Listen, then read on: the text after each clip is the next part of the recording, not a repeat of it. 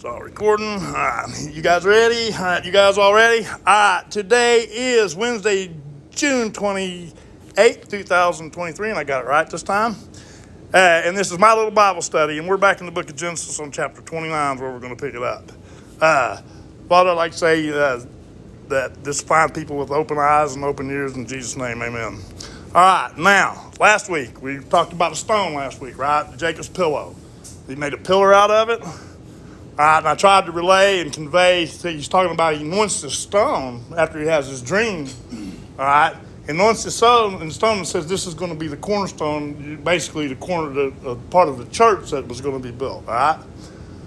Well, people don't really understand that until you realize that it becomes the coronation stone that all the kings and queens of England have been coronated over. Now, most people don't realize, but when a king or a queen is coronated, their first charge is keeper of the faith. Right, and that was exactly one of the things you were replying to here, right? Now, it's back home in Scotland. It's been overturned one last time. All this is part of the prophecy that leads up to the second advent.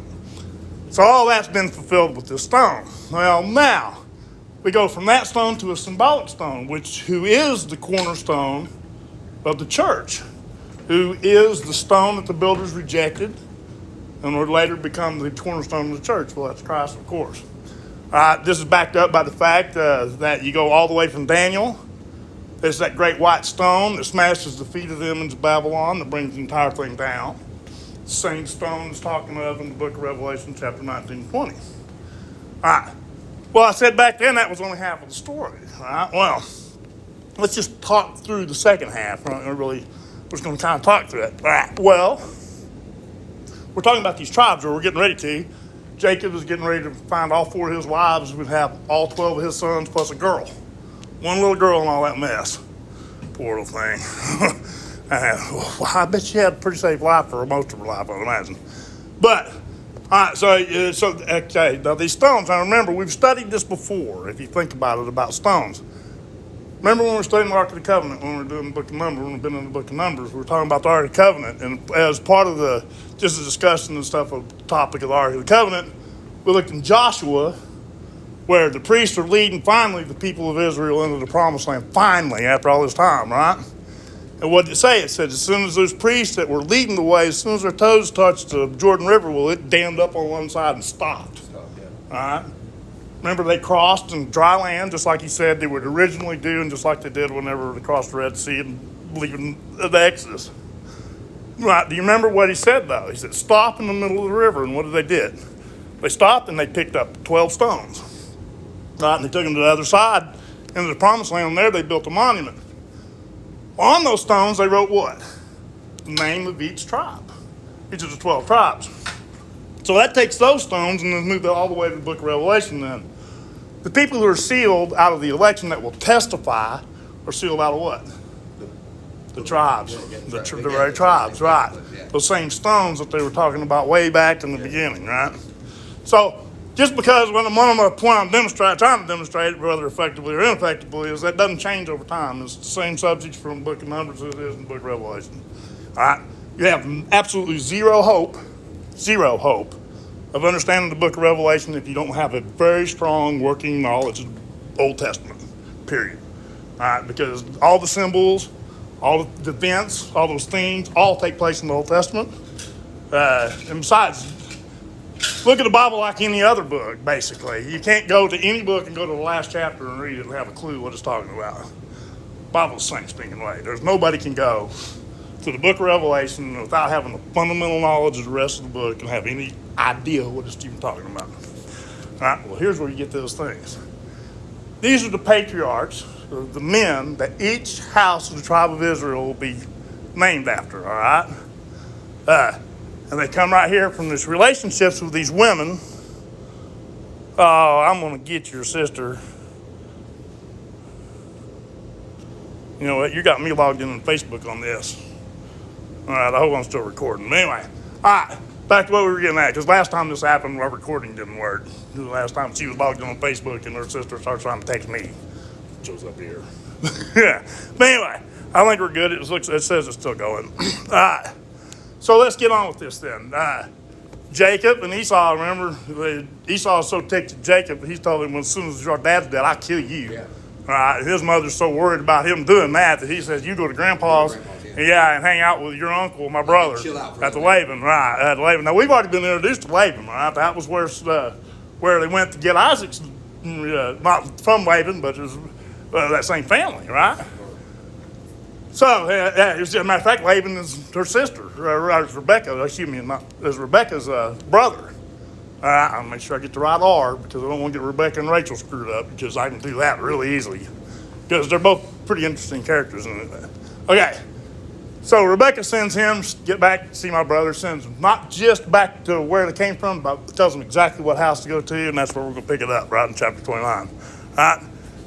29 verse 1. Then Jacob, let me put on my glasses. Hey, looky there. Then Jacob went on his journey and came to the land of the people of the east.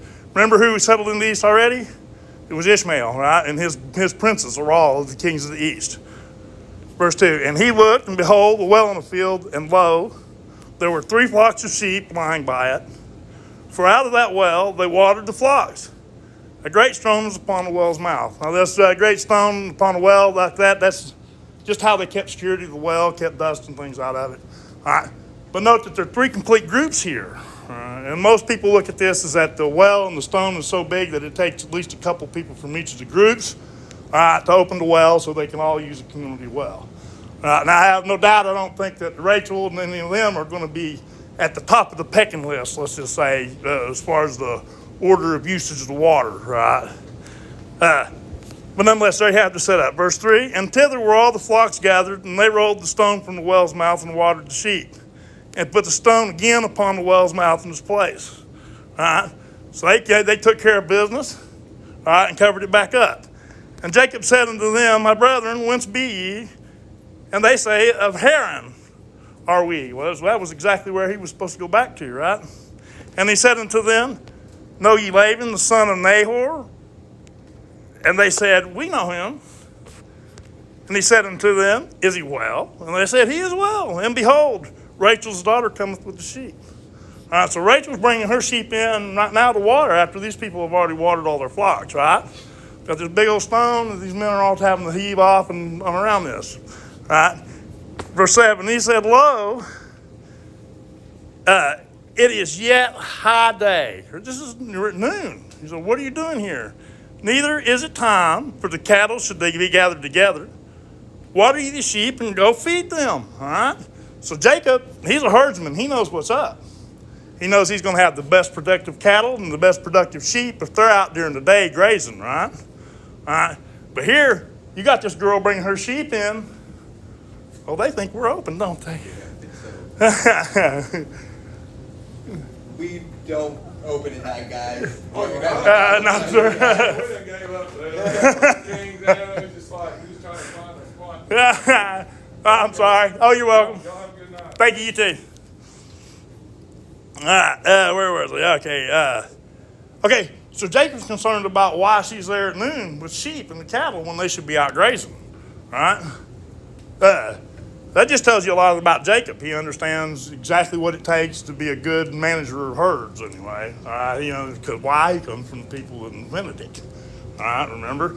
Abel was a keeper of the sheep, and Cain was what? A tiller of the ground. All right, so all the way back to Cain and Abel, we're studying this about herdsmen. So let's just say that Jacob, he's at the top of his trade, let's just say. All right, and before this is over, you're going to understand exactly what I mean by that. All right, but nonetheless, his big concern to somebody who's thinking about what is reality, his families are going to be really tightly, his family's property is that you're messing up because they're in here early at noon trying to water the sheep and the cows when they should be out grazing. And so he calls her straight out on it. What's going on with it?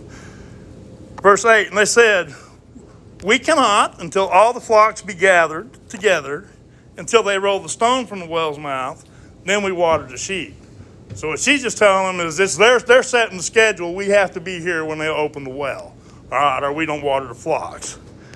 And while he yet spake with them, Rachel came with her father's sheep, for she kept them. Now, generally, if you remember, like David was the keeper of his father's sheep because he was the youngest of the boys. All right, Rachel, she's probably one of the youngest of the have age enough children to be responsible for the flocks, and that was generally male or female. It was generally who was the shepherd, was the youngest eligible kid that could be responsible for the property. And that was also a place for them to start. They learned it from the inside out and from the bottom up. Okay, and then verse 10, and it came to pass when Jacob saw Rachel, the daughter of Laban, his mother's brother, and the sheep of Laban, his mother's brother, that Jacob went near and rolled the stone from the well's mouth and watered the flock of Laban for his mother's brother. Now, bear in mind, this was a stone that's taken three groups, represented from three groups to roll. And Jacob's hossing up, he just rolls it off himself and then lets the little lady water her sheep. All right, so he's really setting a pretty good precedence, right? And Jacob kissed Rachel and lifted up his voice and wept. And Jacob told Rachel that he was his father's brother, which that doesn't translate good in English, all right? But it's a nephew or cousin would be what it'd be to her, all right? And wept. And Jacob told Rachel that he was her father's brother, and that, I think I read that, and that he was Rebekah's son. And she ran and told her father. And it came to pass when Laban heard the tidings of Jacob, his sister's son, that he ran to meet them and embraced them and kissed them and brought them in his house. And he told Laban all these things. Now remember, Laban is Mr. Bling Bling, right? So he knows who these people are. Yeah. He's already hooked up tight with these once. Yeah. And now they're back at his house. Came out on top. On top, and they're back at his house again. So Laban is more and more happy. Not to say that Laban doesn't have a good heart. I'm not saying that. But let's just say from judging from what has already occurred, the financial point to all this is playing big with Laban, and it would with most people in general, right? Well, nonetheless, verse 14, and Laban said to him, surely thou art my bone and my flesh. And he abode with him the space of a month. So he hangs out there a month with them, right? And Laban said unto Jacob, because thou art my brother, shouldest thou therefore serve me for naught? So, okay, we're related, and I don't feel good. Just, what do you want for what you're helping me? What do you want for your pay? Now listen to what he says. And Laban had two daughters. The name of the elder was Leah, and the name of the younger was Rachel. And Rachel was the one we've already been introduced to. So she was the youngest of the two sisters, and that's exactly what she was doing, was tending the flocks. All right? Now, Leah, according to my Strong's, means weak, is what it means, weak. But I've seen some translations and some reference material that refers to Leah as horse face. Okay, I don't know. I've seen it in two different ones. That's the only reason I bring it up. I don't know if they're trying to say that she just wasn't as pretty as Rachel, as her sister, but her name actually means weak, or tender is another word that will be used to describe her. All right, but nonetheless, he has two sisters. Leah was tender-eyed, and so she's the one that was weaker. She probably also had an affinity for little things and things that were defenseless or something like that. It sounds like it just fits within her demeanor. All right? And Rachel was beautiful and well-favored, so we know what that means. All right? Rachel's had a little easier life. She's a pretty girl. She's about like Sarah was, remember? Everybody, even Sarah, when she was in her 90s, and kings were still falling all over themselves trying to figure out how to become her husband. All right? And so you have two girls that are dynamically different people here, okay? Now, I'm going to let you know the thing. Well, Jacob's going to favor Rachel, all right? But before it's over, I want you to think about who God actually favors in this whole group, all right? And listen as the story starts to unfold. Verse 18, and Jacob loved Rachel and said, I will serve thee 7 years for Rachel, thy younger daughter. All right, so he finally names what he wants. He said, I will serve you for 7 years if I can marry your youngest daughter. All right, and Laban said, it is better that I give her to thee than that I should give her to another man abide with me. And you bet you, because he knows that nobody else is going to be the heir to Abraham's fortune from way back in the day. He understands that this old money at this point. All right, and he understands that. Hey, so it's better she marry you than some old hillbilly out here. You could understand that too. All right, that's not bad, not looking out for his daughter. And Jacob served 7 years for Rachel, and they seemed to him to be a few days for the love that he had for her. All right, so 7 years, it seems just like it's been a little while. So he's really pleased, right? And Jacob said to Laban, give me my wife, for my days are fulfilled, that I may go in unto her. Now, go in unto her is exactly what that means. All right, everybody here's an adult. All right, the act of sex is what consummates marriage in the Bible. That's just the way it is. Okay? Now, Jacob has waited this entire time. He has not had a sexual relationship with a woman that he is apparently very attracted to. All right, so that shows you that this man has some discipline. Of all things, he has discipline. He hasn't violated the pact that he's made with Laban in any way. All right? And Laban gathered together all the men of the place, and they made a feast. All right, and it came to pass in the evening that he took Leah, all right, his daughter, and brought her into him, and he went into her. All right, now imagine what's going on. Now Laban's a slickster, right? He knows what he's doing. So he calls a feast, a wedding feast. He's getting Laban done. I mean, he's getting Laban all liquored up. They're at a party. It's a wedding. He's waited 7 years. He's having a good time. He's finally getting what he wants. All right, but this is all playing right into Laban's hands, right? And Laban gave unto his daughter. All right, so he gets Leah instead, but doesn't realize it. This is kind of the same thing that they did with Lot and with Lot's daughters, right? And Laban gave unto his daughter Leah, Zilpah, his maid, for a handmaid. And it came to pass in the morning, all right, when he was sober, behold, it was Leah. Uh-oh. And he said unto Laban, what is this thou hast done to me? Did not I serve thee for Rachel? Question. Wherefore then hast thou beguiled me? Why you confuse me like this? Why have you done this to me? Right? And Laban said, it must not be so done in our country to give the younger before the firstborn. So you can't do that here. All right? It's not our custom to give the younger daughter before the elder daughter. This is actually something that's historically backed up in like the 1600s and our people. All right? Same kind of an idea about it.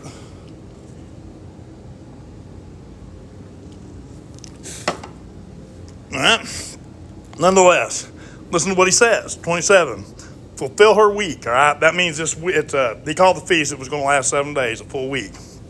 All right. Fulfill her week, and I'll give this also for the service which thou serve with me yet 7 other years. And Jacob said.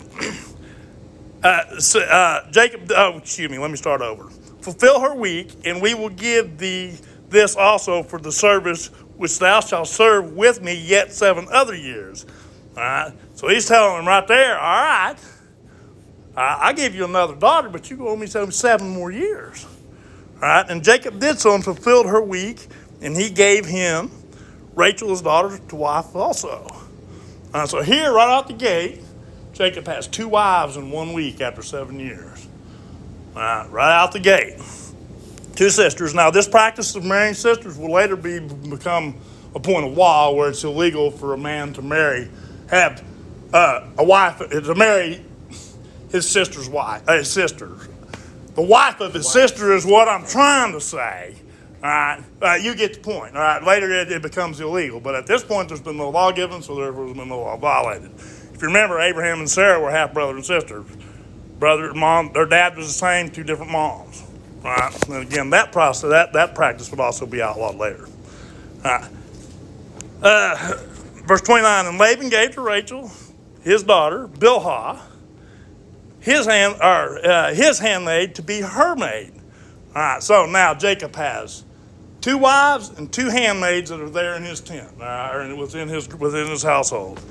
And went also unto Rachel, and he went in also unto Rachel, and he loved also Rachel more than Leah, and served with him yet 7 other years.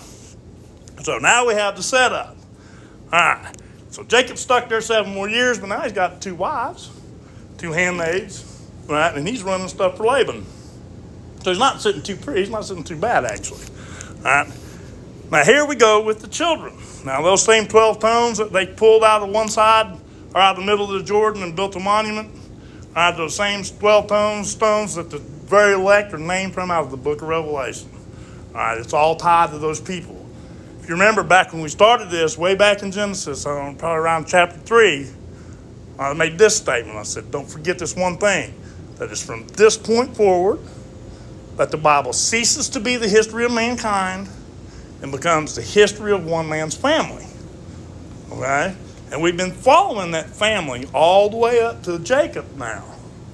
All right? And we've been real clear about to pull out the difference between an identity from a geographical location, like Laban being Syrian, all right, versus a genetic relationship to a people, like we are when we talk about the tribes.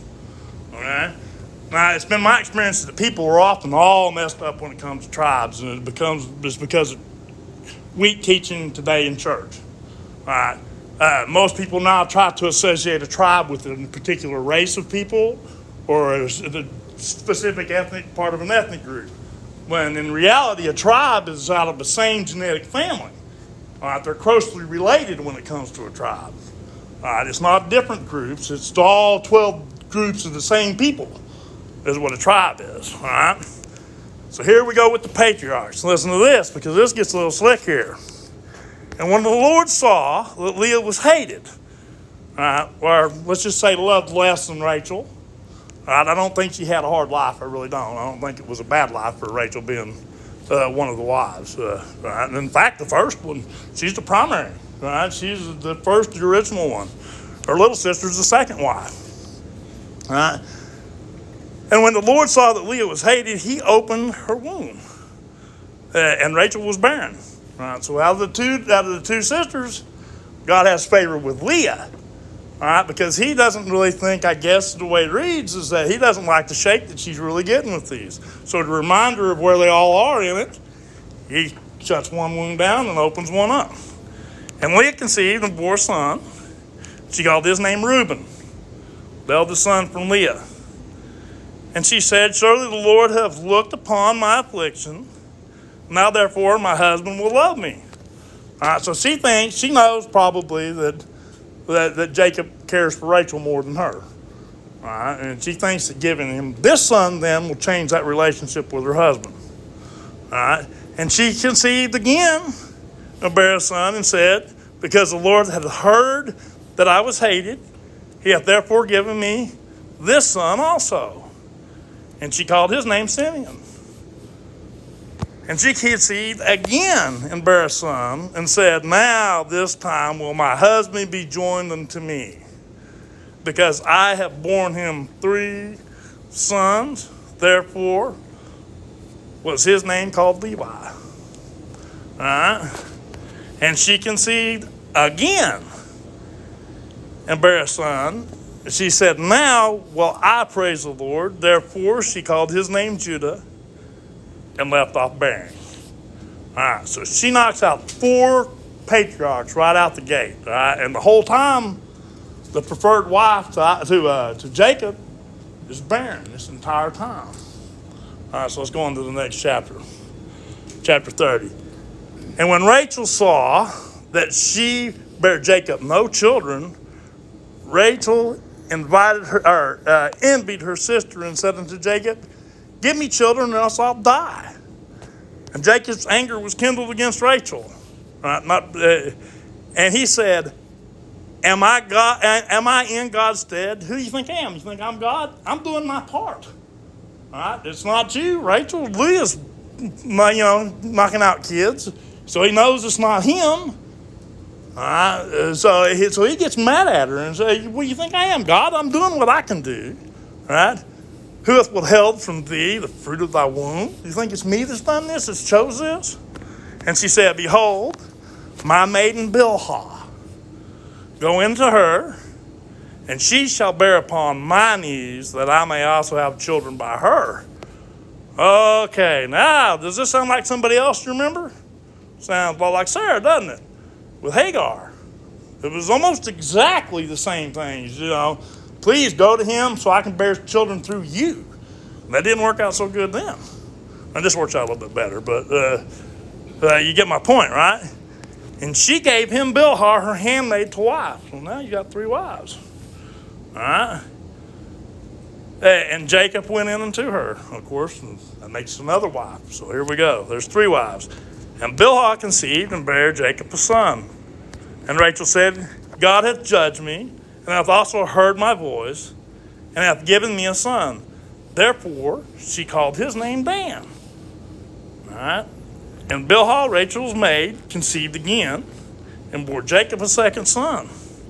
And Rachel said, with great wrestlings have I wrestled with my sister, and I have prevailed. She thinks she's got her beat now. All right. And she called his name Naphtali. Now, I want to stop on 9. Now, what I want to point out right here, before anybody gets too crazy, is about things about plural marriage. All right. Now, these men obviously could have more than one wife.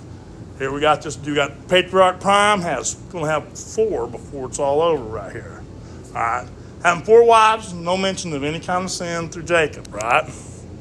Now, with that being said, it has yet to work out very good. Look at the relationships, to look at what happens in these kind of play when plural marriage is involved with polygyny with these people, right? Multiple wives. Every instance that you see, except for one, when you go all the way back to the first one to have more than one wife, was Lamech, Cain's son, right? Now, Lamech was pretty much a jerk, and you can pretty much, they didn't have too much to say about what Lamech did because they just shut up and did it, right? Because he was that kind of a person. So we don't know too much about the dynamics of those relationships, but look at the ones where we have studied. Abraham, Sarah, and Hagar. Has a lot of problems. It's what I wanted, but then there's jealousy involved. I mean, think about it. Everybody's seen these kind of relationships with more than one person probably in their life, and they all work about the same way as this. All right? My point is that the human tendency is for jealousy to be developed over little things and then to be brought up. Now here we're talking about patriarchs. These women know what they're doing. All right, now if you remember who's making the decisions again about these things, it's the women, it's not the men. Jacob's just pretty much walking around, I got 3 wives. Okay. Yeah, he's like, he said a word, not a peep, not a No, but it's yeah, fine. yeah. I'm sure the first time, how'd that go? You see, anybody's wife come to them and say that, you're going to be like, This is a trap. you're setting me up. Where's the camera? I know we're going to court on this one. You're right. So I just wanted to bring that up before, because I've seen a lot of men in my life try to use this to say that, they can have as many wives as they want. Okay, biblically, probably, but it's never a really good idea. It doesn't work out so good for these people most of the time. And in our society, in our culture, it works out even less, because that's just not the way we set up. I just wanted to bring that, because it's not that I do bring this up, that these people have not sinned. In the Bible, men have more than one wife. That's just the way it was. Now, in our culture, it's not so much the same way. But by the same token, I would also caution you on this: if you ever see somebody in your life, though, that is doing something like this, be sure that you don't think in your mind that, what they're doing is a sin. Because they're doing the same thing these people would have been doing, and it's not called a sin one time. That's right. That's my point, right? Don't judge them. If they can make it work, more power to them. It's hard enough to make 2 people make it work. You put a third one in, it just gets even more complicated, and anything after that just becomes spaghetti. All right, and that's just where I'm going to leave that. I probably went way too far off into that for anybody. But anyway, I just wanted to bring that up before anybody thinks I'm saying this is a good idea. Because if you're paying attention, jealousy and envy, those are the words that are used to describe the relationship. All right? Verse 10, and Zilpah, Leah's maid, bare Jacob a son. And Leah said, a troop cometh, and she called his name Gad. And Zilpah, Leah's maid, bare Jacob a second son. And Leah said, happy am I for the daughters which will call me blessed. And she called his name Asher. And Reuben went in the days of the wheat harvest and found mandrakes in the field. All right, now these mandrakes are going to become important, all right? And brought them into his mother Leah. Now, Leah's been knocking out lots of kids, right? All right? And Reuben is her first son. And then Rachel said to Leah, give me, I pray thee, of thy son's mandrakes. All right, so Rachel says this to her. And she said unto him, is it a small matter that thou takest my husband? And wouldest thou take away my son's mandrakes also? All right, so here, think about that last thing. She's already accusing him, they're wed, they're married, but she's already accusing her of taking her husband. All right, even though they're in a mutual agreement in their relationship. So that just goes back to that envying thing. All right. And Rachel said, therefore, he shall lie with thee tonight. Listen to this, for thy son's mandrakes. Now, so apparently Jacob's on schedule with his wives. Okay, and what Leah's telling him is, it's my turn. But if you give me those, or Rachel's saying, it's my turn, but if you give me those mandrakes, you can go to your tent tonight. All right. For Sam's mandrake, 16, and Jacob came out of the field in the evening, and Leah went out to meet him and said, thou must come in unto me, for surely I have hired thee with thy son's mandrakes. All right. And he lay with her that night. And God hearkened unto Leah, and she conceived and bare Jacob a fifth son. All right. All right. Now, who do you think God's favoring all this at this point? Yeah, Jacob and Leah. I mean, she's banging out kids. That's 5, right? All right. And Leah said, God hath given me my hire, because I have given my maiden to my husband. And she called his name Issachar.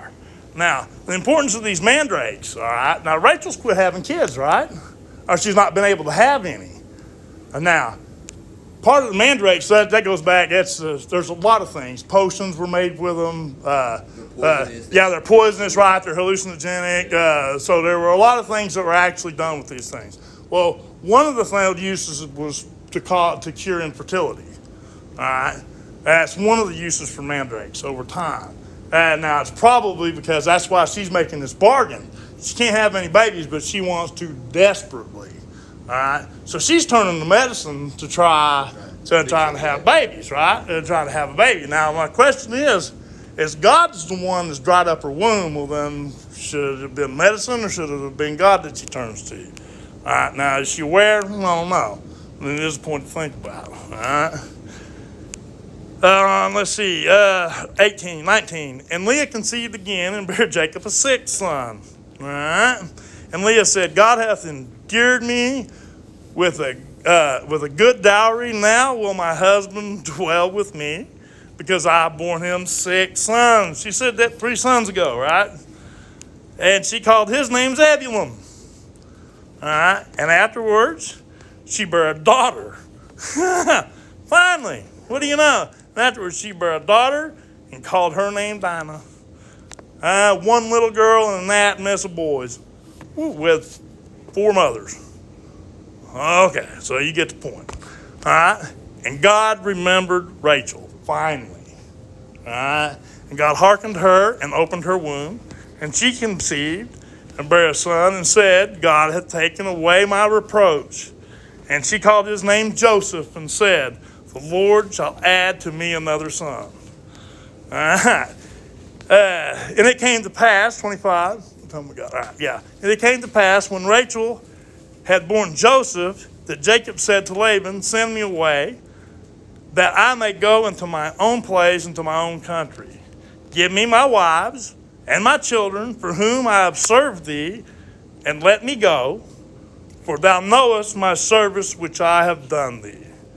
Okay, and Laban said unto him, I pray thee, if I have found favor in thine eyes, tarry, for I have learned by experience that the Lord hath blessed me for thy sakes. He's flat giving him credit right there. Laban is flat telling Joseph, all right, wait, stay here with me, because I know that all this that I have is because God blessed you.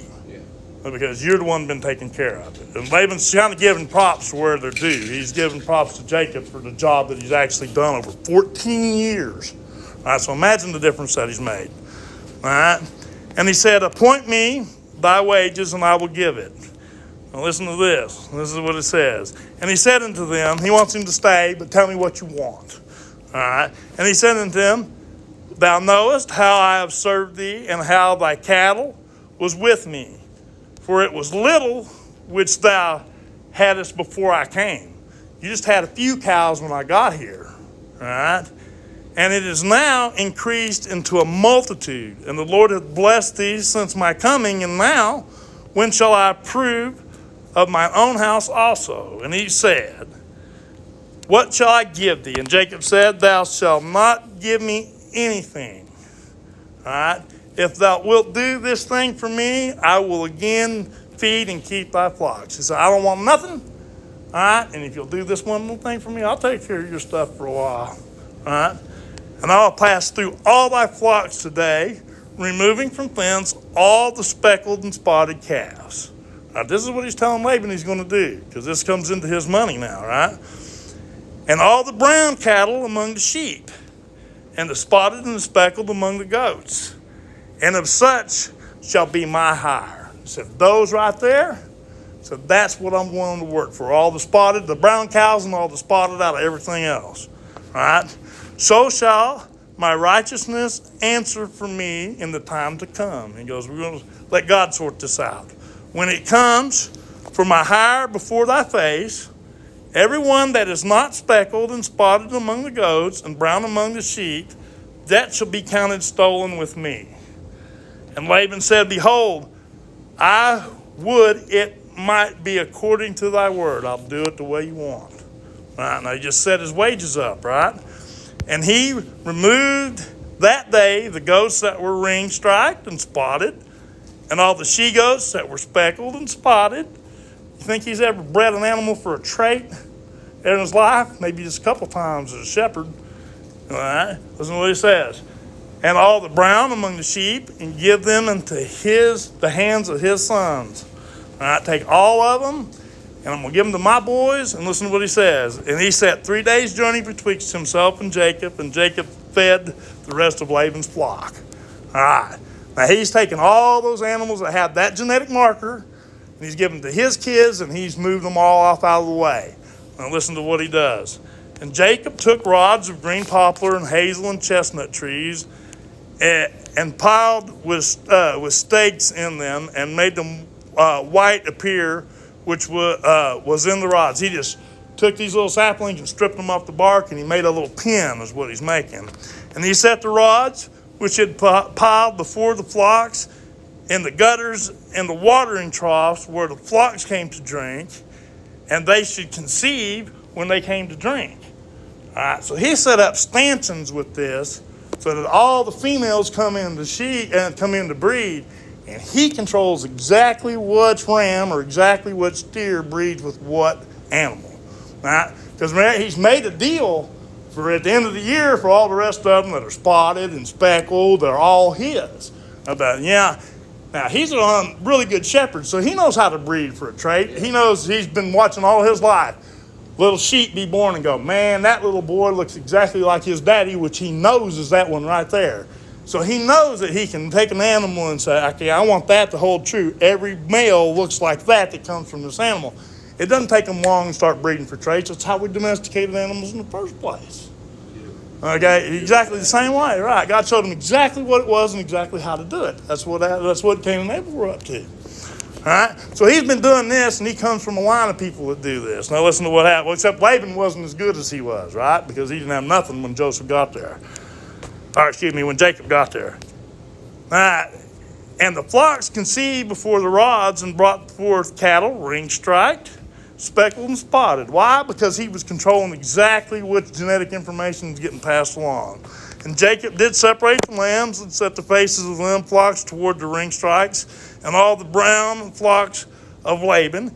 And he put his own flocks in by themselves, all right, and put them not into Laban's cattle. And it came to pass, whensoever that the stronger cattle did conceive, Jacob laid the rods before the eyes of the cattle in the gutters that they might conceive among the rods.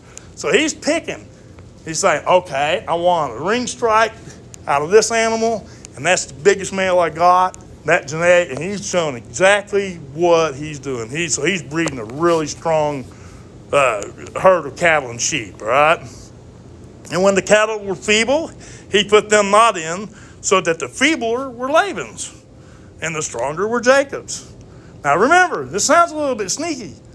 Laban's already come to the trough twice. All right, Jacob's just playing by the rules that have been set before him. This is the way Laban plays, exactly like Jacob. Now, Jacob has set this up. It was Jacob's plan when he went to him at the end and said, okay, well, these are what I'm going to do. Jacob knew exactly what he was going to do. I wouldn't doubt he's seen this probably play out somewhere, there's one degree or another, somewhere else in his life. All right.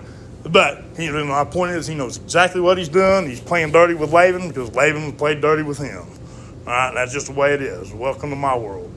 That's just where we live. All right.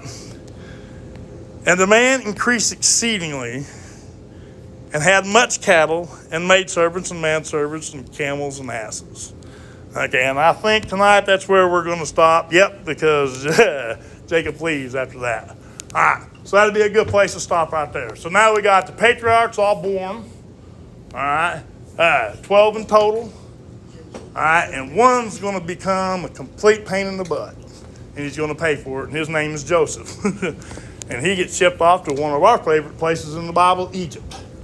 All right, but that's all next week, all right? Because we begin to shift now out of the patriarchs. We have scenes with the patriarchs as they grow up, some of the things that happen. But then at the end, the last part of the book of Genesis all has to do back in Egypt again. And that's where Joseph goes and gets sold, and then all these men that were just born bring their families. About 70, 75 people go into Egypt. 400 years later, they come out about 3 million. So, and that's where we were in the book of Exodus, and where we'll pick it up when we finish Genesis. Anyway, you guys have a good night.